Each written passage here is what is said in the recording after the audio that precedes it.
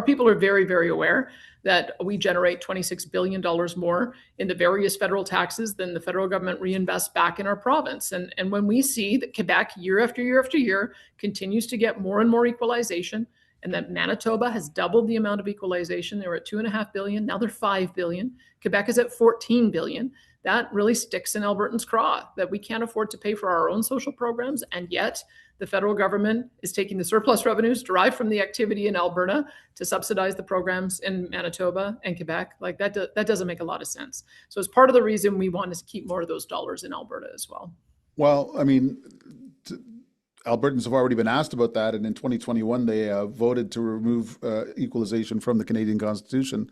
I just read the Constitution; equalization is still there. If a referendum didn't help in 2021, why would it help in 2026? Well, I think we've got a bit of a recalibration happening across the country. And part of it was the election of Donald Trump in the United States. Everybody realized, my goodness, the relationship we have with the United States isn't as secure as we thought. Maybe we should trade more with each other and help each other out a little bit more. And that's, I think, part of the spirit that has come to the COFF table. And I think it's part of the spirit that led to the change in leadership in the federal Liberal Party. And so we're having a lot of the grievances that I've been raising over the last 3 years finally addressed. And it may well be that the predecessor to Mark Carney ignored us, but I'm hoping to have a more constructive relationship and more constructive conversation with this prime minister on a whole range of fronts. So it is, and it hasn't all been for naught, because I can tell you Newfoundland and Labrador came to the same conclusion.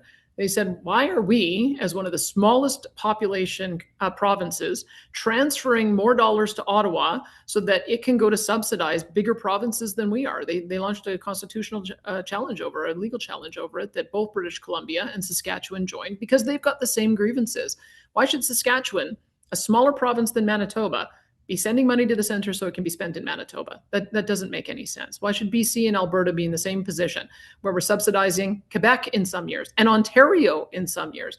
And why should Newfoundland and Labrador be in a position where they're subsidizing their much larger neighbors in the Atlantic provinces? And so I think it's an important conversation that we're having about why we need to get back to the principle of equal per capita transfers, as opposed to having this one special program that seems completely disconnected from the growth in those economies. Manitoba and Quebec both have growing economies. There's no reason their reliance on equalization should be increasing. It should be decreasing. So there's something foundationally wrong with that program, and I'm not the only one who sees it.